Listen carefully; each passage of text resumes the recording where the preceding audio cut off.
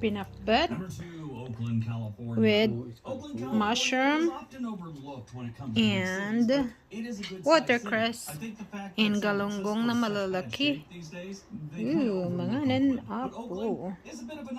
Since about the 1960s, crime in Ano daw? Oakland has been a problem.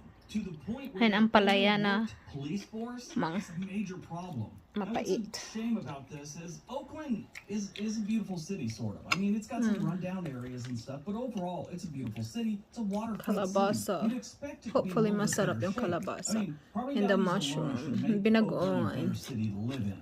There's a little bit of good news, Labid though. nga, Since labid 2019, TV. the gun violence Okay. has gone down 11% Yun, above magsisili national tayo. average. The property crimes Sili rate pala at is garlic na fresh. 231% Parang above sili na national din. average. And crime is where Maganda pa Oakland sa gets iyo its yan bad pag may reputation. heart And there's problem other ka. factors like we got gang problems, all their major league Mga teams Ilocano, have mga